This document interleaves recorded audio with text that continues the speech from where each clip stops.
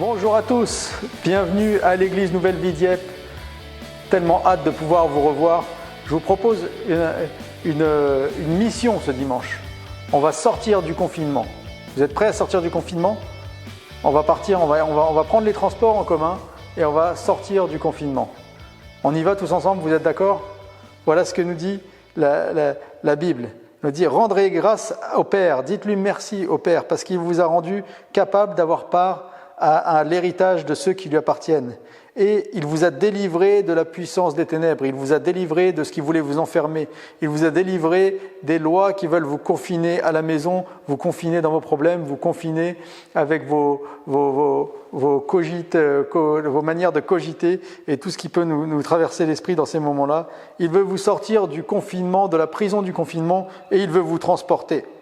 Lui qui nous a délivré de la puissance des ténèbres, il nous a transportés dans le royaume du Fils de son amour. C'est un voyage que je vous propose ce matin. C'est de prendre les transports, de sortir de la maison, de prendre la voiture et de monter dans le royaume du Fils de son amour. Vous êtes prêts à venir dans ce royaume?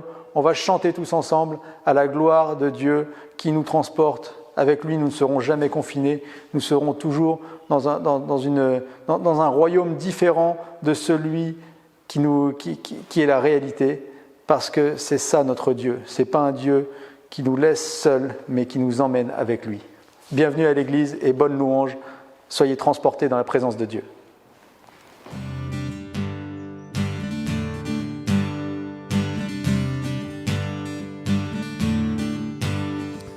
Des sommets, le torrent descend.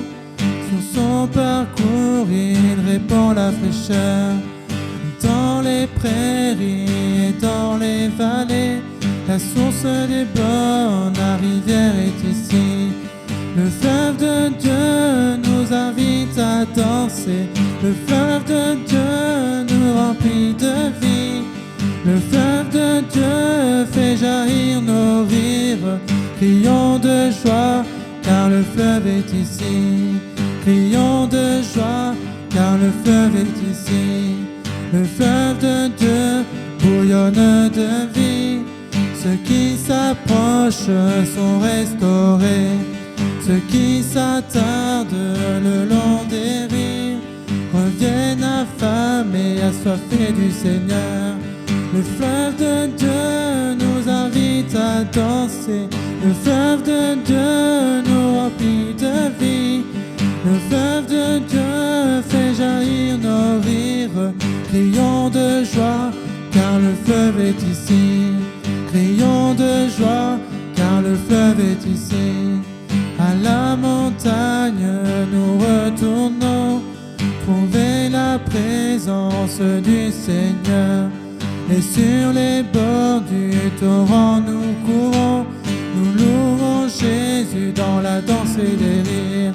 Le fleuve de Dieu nous invite à danser. Le fleuve de Dieu nous remplit de vie. Le fleuve de Dieu fait jaillir nos rires. Crions de joie, car le fleuve est ici. Le fleuve de Dieu nous invite à danser. Le fleuve de Dieu nous remplit de vie. Le fleuve de Dieu fait jaillir nos rires. Crions de joie, car le fleuve est ici. Crions de joie, car le fleuve est ici.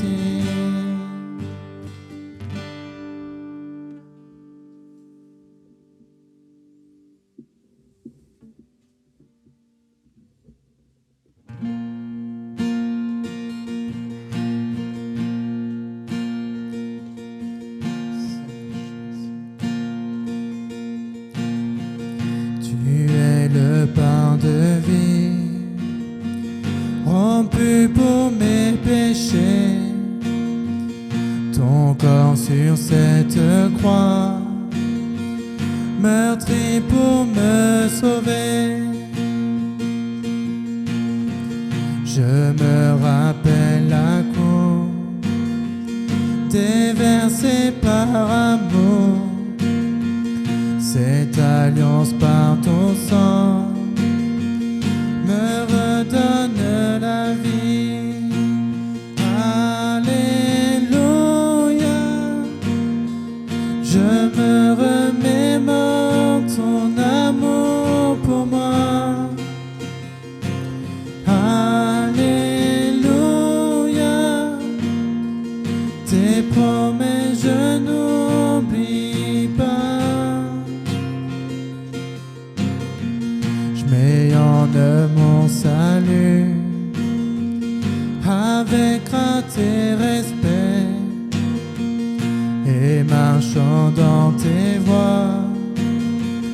Jésus, tu règnes en moi. Alléluia. Je me remémore ton amour pour moi. Alléluia. Tes promesses je n'oublie pas. Si jamais je m'éloigne de toi, si jamais je renie ta grâce, rappelle-moi le prix payé. Alléluia. Je me remémore ta vie. Tu es bon, si bon pour moi. Tu es bon, si bon pour moi. Qu'en serait-il de ma vie sans toi, Seigneur, sans toi, Seigneur? Tu es bon, si bon pour moi. Tu es bon, si bon pour moi. Qu'en serait-il de ma vie sans toi, Seigneur, sans toi, Seigneur? Du haut des cieux jusqu'à la terre et traversant tout l'univers, ta grâce est venue jusqu'à moi. Jusqu'au moment de ton retour et jusqu'à la fin de ma cour, montre-moi que tu œuvres en moi. Alléluia.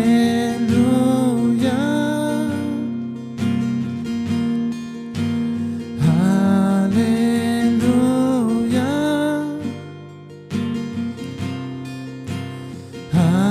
Alléluia. Je me remémore ta vie.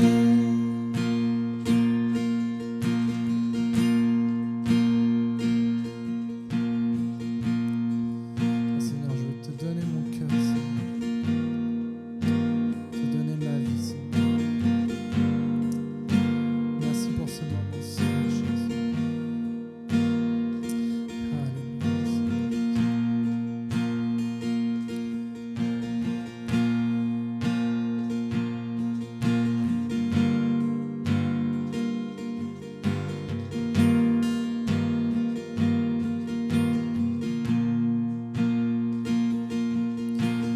Je te donne mon cœur,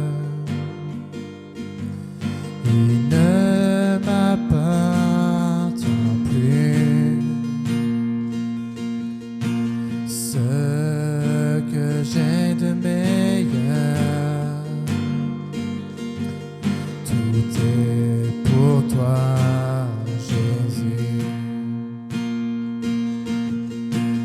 Un parfum de valeur sur toi est répandu. C'est l'offrande de mon cœur. Je suis à toi, Jésus. Prends mon âme, prends mon cœur, je te donne tout. Prends ma vie, me voici, je te donne tout. Prends mon âme, prends mon âme, prends mon cœur, je te donne tout. Prends ma vie,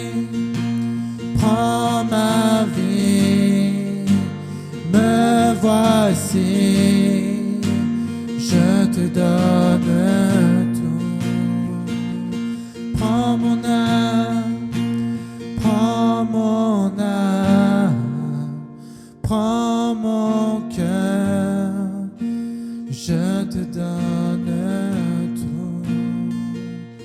Prends ma vie, prends ma vie, me voici, je te donne tout.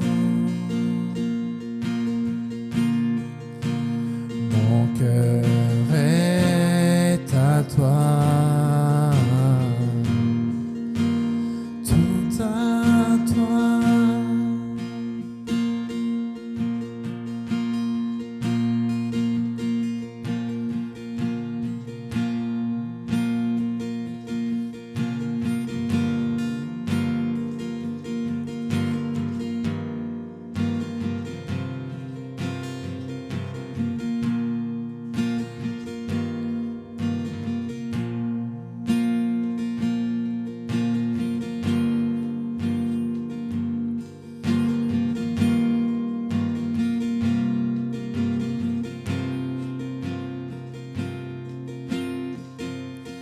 Dieu de gloire, je t'adore. Ton nom s'élève en majesté de mes lèvres. Je célèbre ta victoire, ton règne, ton autorité. Digne es-tu, agneau de Dieu. Digne es-tu, agneau de Dieu. Tous les anges ensemble acclament la puissance de ton nom. Digne es-tu, digne es-tu, agneau de Dieu. Digne es-tu, agneau de Dieu. L'univers entier proclame la beauté de ton saint nom. Digne es-tu, digne es-tu, agneau de Dieu. Digne es-tu, agneau de Dieu. Tous les anges ensemble acclament la puissance de ton nom. Digne es-tu, digne es-tu, agneau de Dieu. Digne es-tu, agneau de Dieu. L'univers entier proclame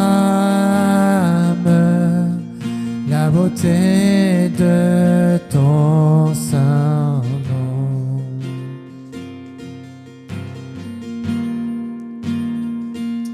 Alléluia, Seigneur Jésus.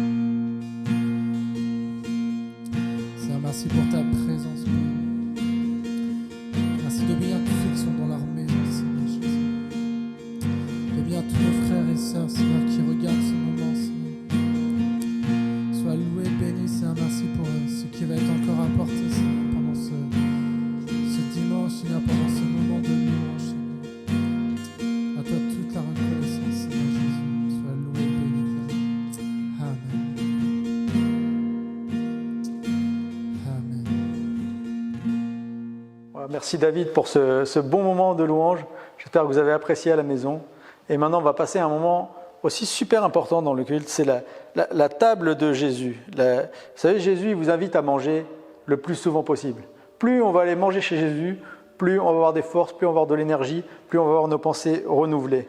Mais surtout, on en parlait au début, alors qu'on est transporté dans le royaume du Fils de son amour, cette table, c'est un rappel que tout est grâce.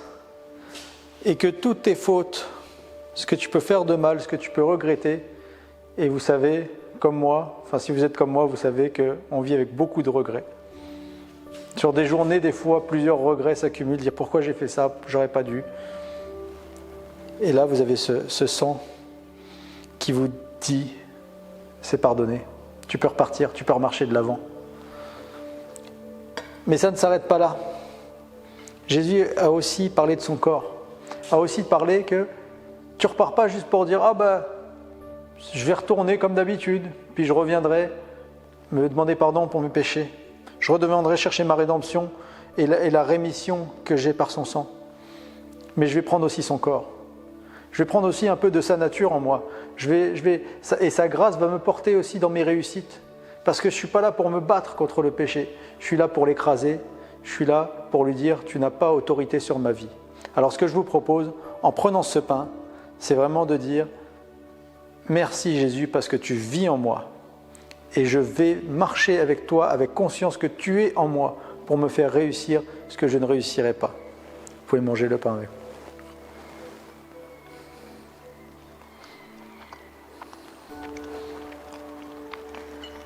Mais nous allons aussi boire son sang, parce que nous sommes des hommes, et notre nature a besoin d'être constamment purifiée, régénérée, renouvelée.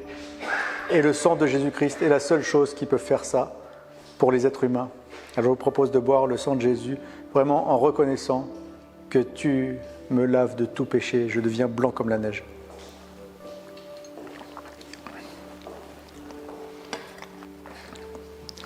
Merci mon Dieu, parce que tu nous invites à ta table tout le temps, toujours et encore, semaine après semaine. Et que cette table, cette réalité de ton sang et de ton corps n'est pas juste un acte pieux, mais c'est une profonde vérité pour nous dans nos vies et dans nos vies quotidiennes, dans nos activités quotidiennes, et aussi pour toujours nous laisser purifier par de tous nos regrets, que notre conscience ne soit pas alourdie, mais qu'elle soit toujours libre de recommencer et de refaire mieux. Merci Seigneur pour ton sacrifice. Amen. Alors, on est très content de pouvoir continuer ce culte. Dans quelques instants, on va avoir le message du pasteur Francis Pfister.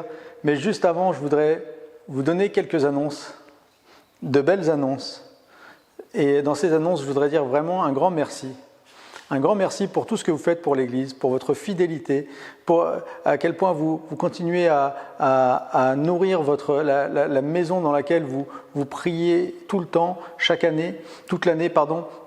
Et on sent vraiment l'esprit du corps de l'Église qui est là. Chacun contribue et continue à soutenir le corps. Et je vous assure que c'est très beau ce que vous faites parce que ça porte du fruit. Et l'Église continue à rester active. Les jeunes sont plus actifs que jamais. Ils font des groupes de prière et régulièrement ils se retrouvent en petits groupes. Ils lisent la Bible, des groupes de lecture de la Bible, Et ils font aussi toutes sortes d'activités ils font fumer les réseaux sociaux. Et vraiment, c'est grâce aussi à toute l'activité de l'Église, tout le corps qui est en action, que tout ça va. Les enfants ont tous les dimanches un culte créatif, un culte intéressant, un culte interactif qu'ils peuvent regarder à la maison. Et ça aussi, c'est grâce à vous tous les bénévoles qui investissent de leur temps et de leur argent et de leur passion dans l'Église. Et vraiment, on est vraiment touchés à l'Église de tout ce soutien que vous apportez. Et n'oublions pas aussi que dans ces moments, votre soutien est très important pour l'œuvre missionnaire. La mission est tellement importante. Vous savez, pour certains, le confinement, ce n'est pas juste une accumulation de frustration, mais c'est une véritable tragédie. Le Pakistan, l'Afrique, les pays plus pauvres que nous, ils sont frappés de plein fouet. Ce n'est pas comme nous où il y a les allocations qui continuent à tomber. Des fois, il n'y a plus d'argent, il n'y a plus rien à manger. Et des fois, quand ils sont chrétiens, ils sont privés des ressources. Parce qu'on dit, toi, le chrétien, tu crois qu'on va te soutenir dans les moments difficiles. Et il y a beaucoup de chrétiens, portes ouvertes, le signalaient la semaine dernière, qui sont vraiment dans une pauvreté qui est due à ce coronavirus. Alors vraiment, on vous encourage à continuer aussi à rester fidèle pour la caisse missionnaire. Et vous le faites, et merci de le faire. parce que grâce à vous, nous pouvons soutenir encore l'Afrique, nous pouvons soutenir le Pakistan, nous pouvons soutenir aussi des personnes ici dans notre Église qui ont besoin d'assistance et d'assistance urgente pour se nourrir. Et vraiment, on vous remercie de ça.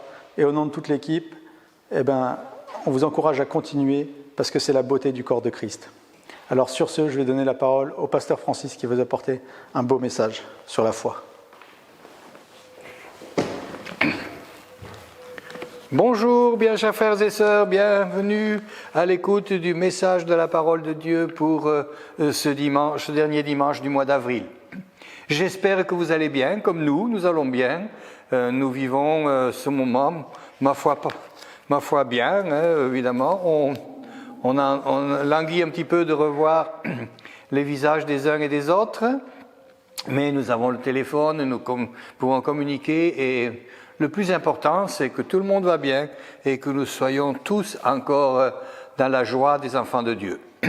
Alors, dans ce moment de confinement, il y a eu d'abord la grande surprise de voir que comment ce petit virus invisible, cet ennemi invisible, comme le dit le président de la République, a pu mettre à genoux toutes les grandes nations du monde, nous-mêmes, et cela aussi nous a un peu, nous, dans notre foi chrétienne, un peu déstabilisés, et surtout nous qui croyons à la guérison divine, à la protection divine. Nous avons dû constater que, avec l'apparition de ce virus, ceux qui sont pieux, qui lisent la Bible, qui prient tous les jours, qui louent le Seigneur en langue et qui croient fermement au Seigneur Jésus, sont exposés de la même manière à ce virus que ceux qui, dans les bars et les cafés, exagéraient avec l'alcool, la drogue, et blasphémaient et ne refusaient Dieu catégoriquement. Et là, la grande surprise, les blasphémateurs comme les gens pieux sont à la même enseigne. La menace est sur nous. Et cela un peu, chez beaucoup de chrétiens, un petit peu assommé un petit peu. Ça nous a mis aussi un peu dans une certaine inquiétude et un certain questionnement. Pourquoi Seigneur? Et puis, est-ce qu'on ose encore proclamer la victoire de Jésus? Bien sûr, nous l'avons dit à Pâques, mais est-ce que c'est quelque chose qui bouillonne vraiment dans notre cœur? Et finalement, je pense que l'effet surprise a eu un impact sur la foi de certains d'entre nous. Un certain nombre de personnes sont un peu dans l'expectative et dans l'incertitude par rapport à demain. Eh bien, voilà. Et je voudrais maintenant, ce dimanche, venir avec un passage de la Bible très connu, et j'aimerais parler de ce que les disciples ont vécu avec Jésus. Et d'ailleurs, le titre de mon message, c'est cette parole de Jésus qui dit à ses disciples: « Pourquoi avez-vous si peur? N'avez-vous pas la foi? Pourquoi avez-vous si peur ?»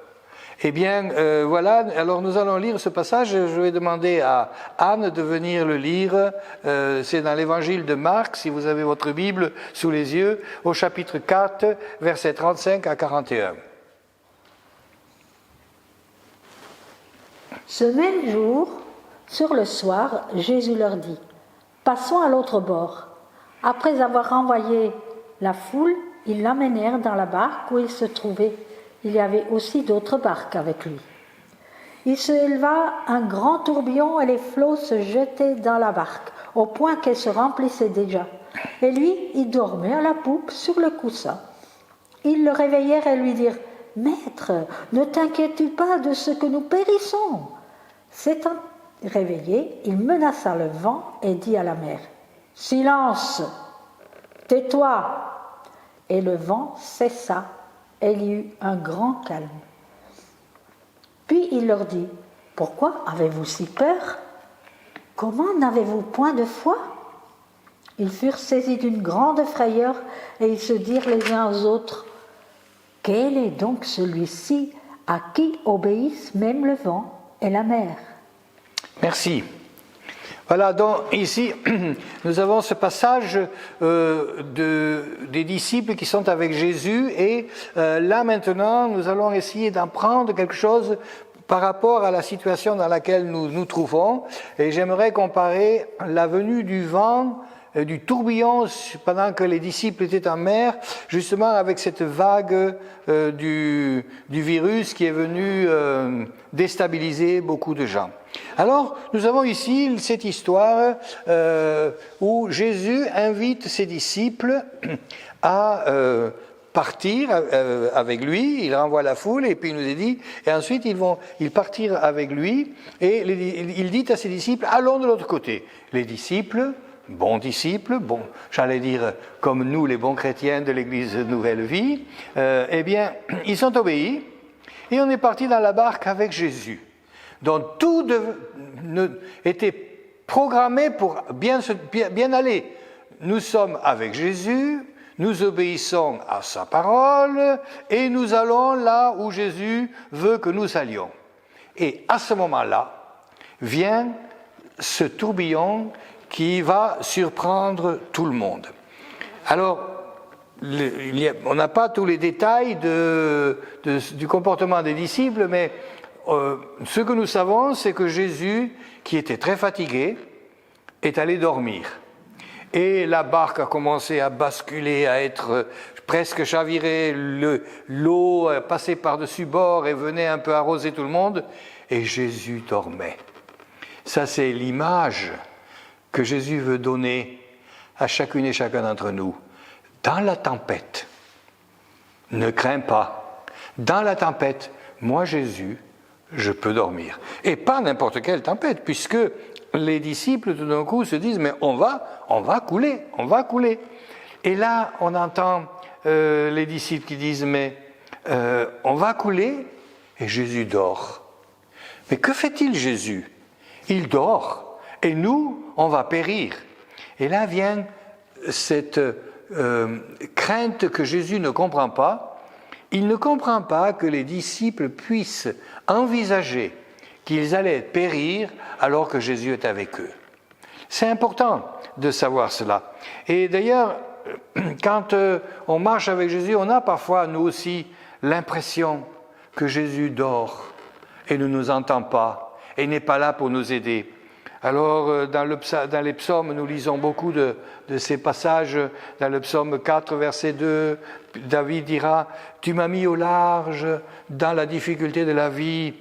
Écoute ma prière, ô Seigneur. » Dans le psaume 13, verset 4, le psalmiste dira à nouveau « Regarde, réponds-moi de peur que je dorme du sommeil de la mort. » Ici, le psalmiste dit « Réponds-moi parce que sinon je risque de mourir. » Et ensuite le psaume 22 « Mon Dieu, je crie à toi, mais tu ne réponds pas. » Psaume 55, 3 « Écoute-moi, réponds-moi, je m'agite dans ma plainte et je me lamente. » Ici, j'ai choisi ces quelques versets des psaumes qui correspondent un petit peu à ce que les disciples disent ici et ce qui est peut-être caché dans notre cœur ou dans certains d'entre nous, où nous sommes là et nous disons « Seigneur, viens à notre secours, Seigneur, protège-nous de ce virus. » Et puis on entend, là il y a dans telle église tant de chrétiens qui ont été rappelés dans la patrie céleste à cause de cela, et nous voyons qu'il n'y a aucune garantie. Nous sommes un peu déstabilisés et nous disons, mais Seigneur, comme le psalmiste ici, dit, mais Seigneur, réponds, car je vais m'agiter dans ma plainte, et me lamenter, je vais être dans l'inquiétude et dans l'agitation.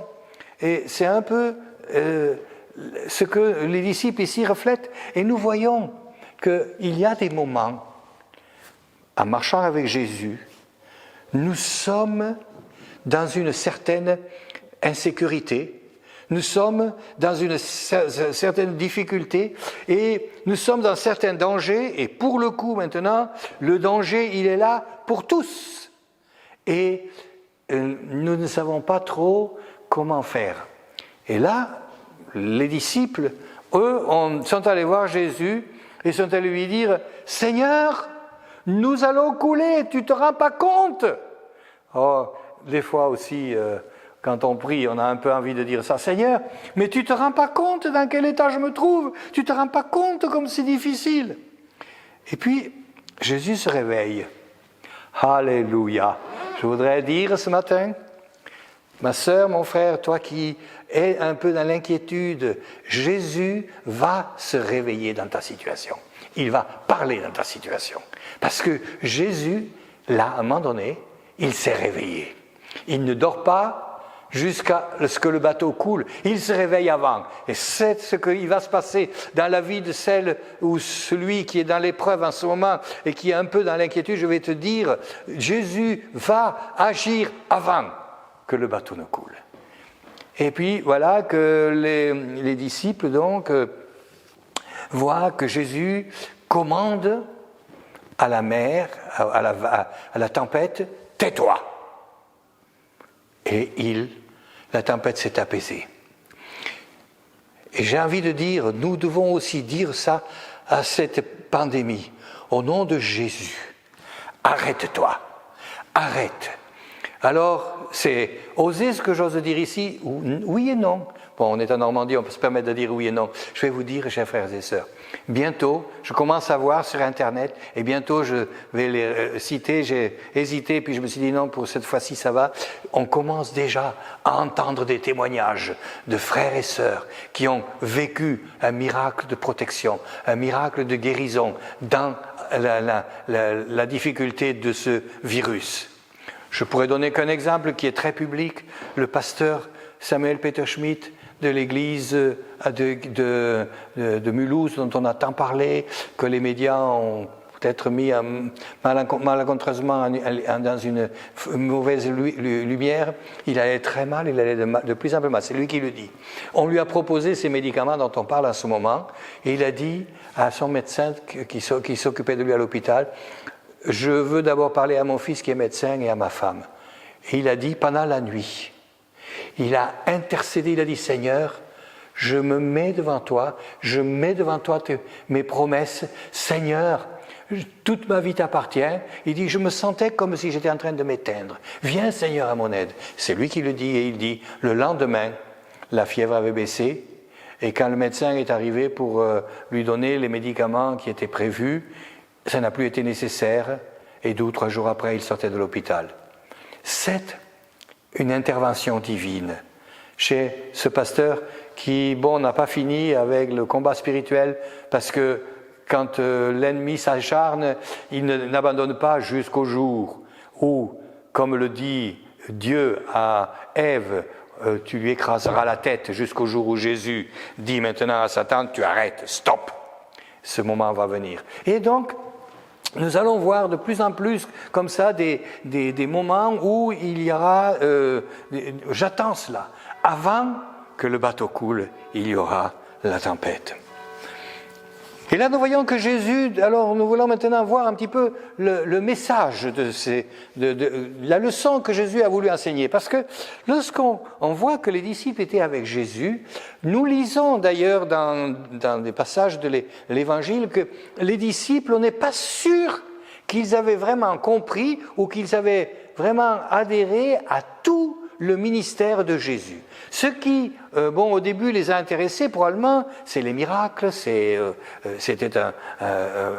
Jésus faisait des belles choses et tout ça, et ils sont mis à le suivre. Mais nous lisons dans les évangiles qu'il y avait une autre idée qui était dans la tête des disciples. C'était celle de la restauration du royaume d'Israël. Nous le lisons dans Matthieu 20, quand la mère de 2 des disciples pense que ses 2 fils sont les meilleurs et elle vient voir Jésus, elle dit, j'ai quelque chose à demander, mais maître. Et alors il lui dit, demande toujours, et elle dit, est-ce que quand tu établiras ton royaume, est-ce que mon aîné pourrait être le ministre des Finances et mon second pourrait être le ministre de l'Intérieur? J'imagine, mais fait, un à ta droite et l'autre à ta gauche. Et là, il nous est dit, même les autres disciples, celle-là alors, il en a du toupet. Et puis parce qu'on sent que tous pensaient à cela. Comment je peux dire cela? Bien, nous le lisons aussi dans les disciples derniers, nous lisons dans Actes chapitre 1 et verset 6. Nous lisons, quand Jésus est en train d'initier ses disciples à la réception du baptême du Saint-Esprit qu'ils devaient recevoir bientôt. Les disciples coupent la parole à Jésus. Avant qu'il lui dise vous serez baptisés d'eau, vous serez baptisés de l'Esprit, il dit restez à Jérusalem pour recevoir la promesse que le Père a donnée. Et là ils interrompent Jésus et il dit Seigneur, c'est maintenant que ton royaume va être installé, parce qu'ils se disent nous les 12, on est quand même les proches, on a de fortes chances d'être dans ce gouvernement autour du roi. Et là Jésus leur répond, il ne fait pas de reproche d'ailleurs. Il comprend, parce qu'il sait. D'ailleurs, c'est un événement qui va venir, dont on ne sait pas encore trop comment ça va se dérouler, mais ça va se faire, ça nous le croyons. Et donc, Jésus ne leur fait pas de reproches, mais il leur dit, écoutez, ça, c'est un secret qui appartient à Dieu. Pour l'instant, ce n'est pas à l'ordre du jour. Vous, maintenant, vous devez recevoir la plénitude du Saint-Esprit et vous serez mes témoins à Jérusalem, en Samarie, jusqu'aux extrémités de la terre. Et j'ai un peu l'impression que cette pandémie est aussi un secret de Dieu. Parce que j'écoute un petit peu tout le monde, personne ne sait comment il faut définir. Le monde séculaire, les gouvernants de ce monde disent on ne sait pas quelle sera l'économie, on ne sait pas comment on va se sortir de cette histoire. Là on parle de déconfinement et puis c'est un grand débat dont on ne sait pas comment ça va se faire. Et puis l'Église, nous aussi, nous sommes là. Seigneur, qu'est-ce que tu veux nous dire? Et moi, j'attends que le Seigneur nous dise clairement ce qu'il veut nous dire. Alors, Jésus, ici, veut enseigner ses disciples. Il les met au défi de la foi. Il veut aussi leur démontrer, nous le voyons dans ce passage, que dans sa présence, les disciples sont en sécurité. Pourquoi vous inquiétez-vous? Pourquoi avez-vous si peur? Pourquoi? Jésus veut que nous apprenions qu'avec lui, on est en sécurité. Ce n'est pas une tempête qui nous mettra à mort. Ce n'est pas un virus qui nous mettra à mort. C'est seulement l'heure où le Seigneur nous rappellera à lui. Ça ne sert à rien d'avoir peur, dit Jésus. Pourquoi avez-vous peur? Ça ne sert à rien. Il leur dit, pourquoi avez-vous peur? N'avez-vous pas la foi? Et ça, c'est quelque chose qui se répète souvent dans le Nouveau Testament. Avoir la foi. Pourquoi n'avez-vous pas la foi? Et j'aimerais nous dire, chers frères et sœurs, dans ce moment difficile, ayons la foi. La foi qui nous permet de mettre toute notre confiance en Seigneur. La foi qui va à l'encontre de tout ce qui est désespérant. Notre foi va aider à surmonter la difficulté dans laquelle se trouvent nos vies, notre situation, notre monde, comme ce fut le cas dans le bateau, dans la barque avec Jésus. Et puis Jésus veut aussi par cela montrer à ses disciples sa puissance. Et c'est là qu'on peut être étonné quand même. Comment se fait-il que les disciples qui sont avec Jésus, qui viennent de voir des miracles, qui partent avec lui pour aller de l'autre côté, comment se fait-il que lorsque Jésus maintenant calme la tempête, ce qui est leur désir, ils sont en train de dire « Seigneur, viens à notre secours, on périt ». Il le fait, et voilà qu'il les dit, il nous est même dit textuellement, ils furent saisis d'une grande frayeur et se dirent les uns aux autres, quel est donc celui-ci à qui obéissent même le vent et la mer? Jésus intervient et la première des choses que les disciples qui vivent le miracle, c'est ils sont saisis d'une grande frayeur et d'un questionnement. Alors que l'exaucement de leur cri, « Seigneur, nous périssons !» et le Seigneur le fait, aurait dû enclencher chez eux un grand « Alléluia !» Et cela me rappelle, et j'aimerais pour terminer donner cet exemple, ce que nous lisons dans les Actes des Apôtres, quand Pierre est libéré miraculeusement de la prison. Il nous est dit, l'ange est venu et toutes les portes se sont ouvertes et Pierre est sorti de la prison comme s'il était le directeur de la prison. Et puis, il nous est dit, sa première démarche, c'est aller à l'église. Là où il y avait ceux qui étaient en train de prier, « Seigneur, tu vois, Pierre, qui est maintenant en prison, qui est ton serviteur, qui a eu un si beau message à Pentecôte, nous avons besoin de son ministère, Seigneur, aie pitié, libère-le. » Et voilà qu'il est libéré, et la porte de l'église est fermée. La porte de la prison s'est ouverte toute seule. La porte de l'église ne s'est pas ouverte toute seule. Il frappe. Il y a la servante de la maison qui entend et qui dit « Qui c'est ?» Il dit « C'est moi, Pierre !» Elle panique, elle va vite dire aux disciples « Pierre est devant la porte !»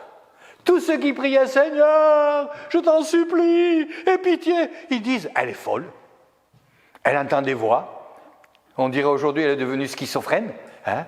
Et Pierre doit continuer à frapper une deuxième fois. « Hé, ouvrez la porte !»